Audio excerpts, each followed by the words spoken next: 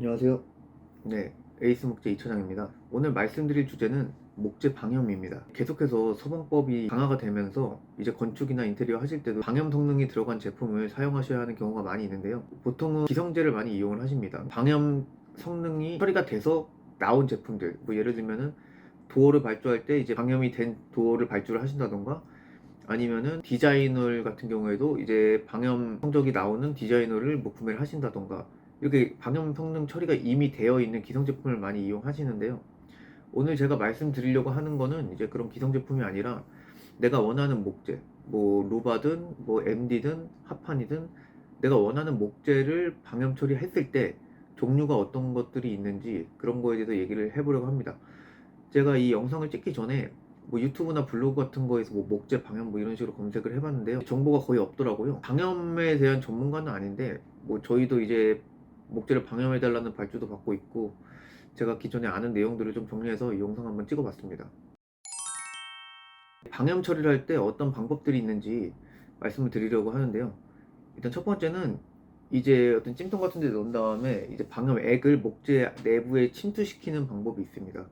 이런 방법이 있고, 두 번째는 이제 겉면만, 표면만 이제 방염 처리를 하는, 표면에 코팅하듯이 그렇게 해서 하는 방법이 있고, 그러니까 지금 좀 전에 말씀드린 두 가지 방법, 목재 내부에 방염 액이나 이 화학물질을 침투시키는 방법, 겉면에 코팅처럼 방염을 바르는 그런 경우, 이 두 가지는 현장에 물건을 받기 전에 방염이 돼서 나오는 시스템이죠, 이제 선제적으로. 그리고 세 번째는 그 방염 성능이 나오는 그 도료를 현장에서 목재에 바르시는 경우가 있습니다. 이렇게 종류는 이렇게 세 가지로 나눌 수가 있고요.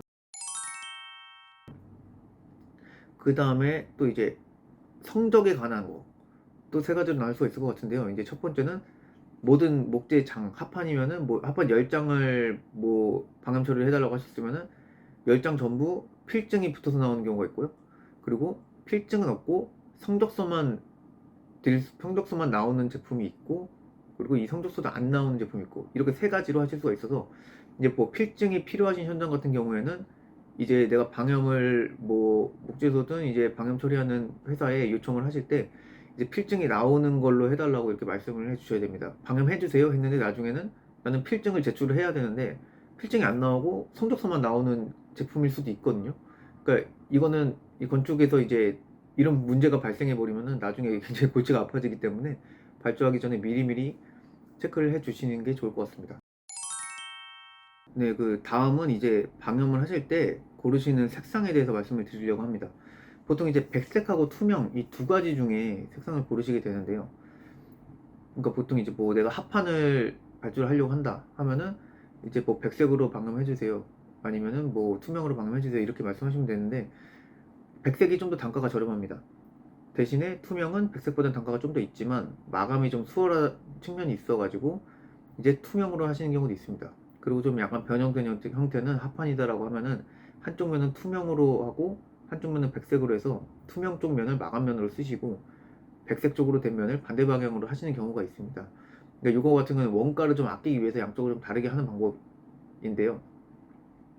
이제 공장마다 좀 차이가 있을 수가 있는데, 이제 제가 원래 이제 발주를 했던 공장 같은 경우에서는 한쪽 면은 투명, 한쪽 면 백색 이렇게 했을 때도 백색 단가를 받았었습니다. 근데 이건 공장마다 다를 수가 있기 때문에 좀 참고하시면 좋을 것 같고요.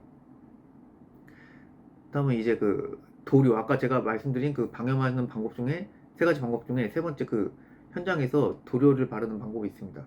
뭐 뽐칠을 하시는 경우도 있고 뭐 붓 같은 걸 뭐 바르시는 경우도 있을 텐데, 이 경우에서도 백색이 같은 리터 수의 그 도료의 같은 리터라고 하면은 백색이 훨씬 많은 면적을 바를 수가 있습니다. 뭐 보통 20리터라고 치면은 백색이 2회 도전 기준에 한 150회배 그 정도 할 수가 있을 거고요. 투명 같은 경우가 뭐 한 80회배 이 정도 할 수가 있을 겁니다. 이건 뭐 바르시는 방법이나 경우에 따라서 엄청나게 차이가 나기 때문에 두 개, 백색하고 투명이 이렇게 많이 차이가 난다, 면적이 같은 리터수의 그 방염액을 구매했을 때 좀 참고 삼아 알아두시면 좋을 것 같고요. 물을 좀 희석시켜서 이제 뿜칠을 하시게 되는데, 이제 물을 많이 섞을수록 어차피 방향 성능은 떨어지기 때문에 같은 성능을 나오게 만들 때는 결국에는 이제 도포 면적은 똑같아집니다. 물을 뭐 30%를 섞든 70%를 섞든 어차피 그 많이 섞으면은 같은 성능이 나오기 위해서는 더 많이 칠해야 돼요. 그렇기 때문에 그 같은 성능을 나왔을 때는 물을 섞는 거랑 상관없이 이제 그 도표 면적은 똑같아진다.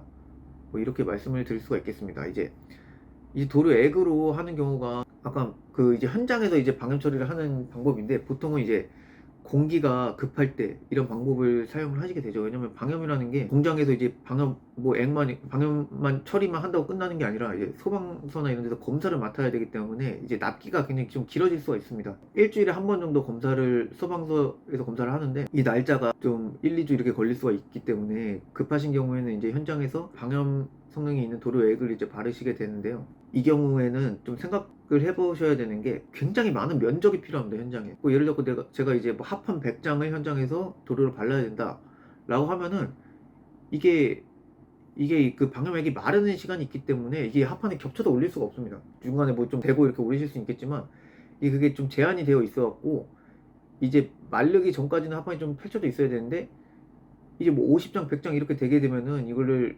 펼치는 그 면적 자체가 굉장히 많이 필요하게 되거든요. 그렇다고 세워서 보관을 하면은 이 액이 또 흘러내리게 됩니다. 그렇게 되면 이제 그 마르기 전에 이제 합판을 좀 펼쳐놓을 그런 공간이 좀 많이 필요하시다는 점, 이런 현장 상황이 되는지 좀 체크를 하실 필요가 있을 것 같습니다. 그래갖고 이 그 마르는 시간을 좀 줄이기 위해서, 그리고 좀 선풍기나 이런 걸 좀 이용하시는 경우도 있는 걸로 알고 있는데, 그런 경우가 이제 나는 납기가 굉장히 급해, 그래갖고 이제 도료를 해야겠다 라고 했는데, 막상 이제 들어가서 처리를 해야 되는데 이제 현장에 말릴 공간이 없다, 그러시면 이것도 문제가 좀 될 수가 있습니다. 그리고 단가 같은 경우에는 뭐 보통 장당으로 하게 됩니다. 장당으로 하게 되는데, 그냥 뭐 두께가 두꺼울수록, 내가 맡기는 목재의 두께가 두꺼울수록 이제 그 장당 가격은 좀 올라간다고 생각하시면 될 것 같고요. 참고삼아 말씀을 드리는 거는, 사실 PVC에는 방염 처리된 제품이 거의 시중에 나오지가 않습니다. 뭐 이거는 제가 좀 전에 말씀드린 그 공장에 제가 목재를 맡겨갖고 그 방염을 한 경우가 아니라 기성재를 좀 말씀을 드리는 건데요.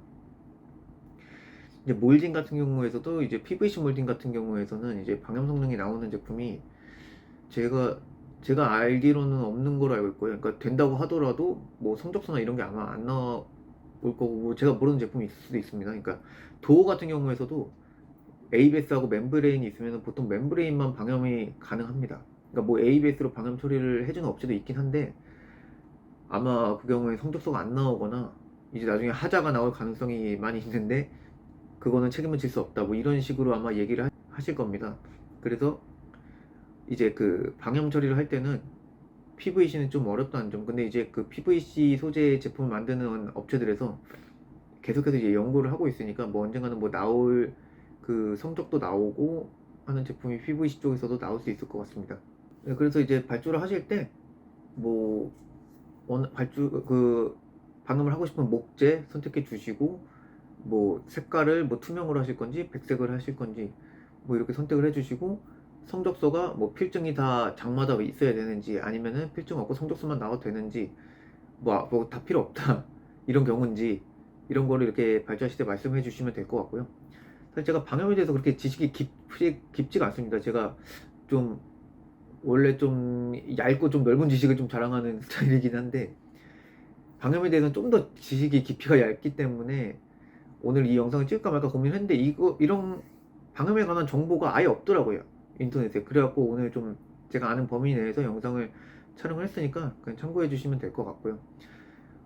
오늘은 이렇게 방염에 대해서 이런저런 제가 얘기를 좀 생각나는 대로 좀 말씀을 드려봤습니다.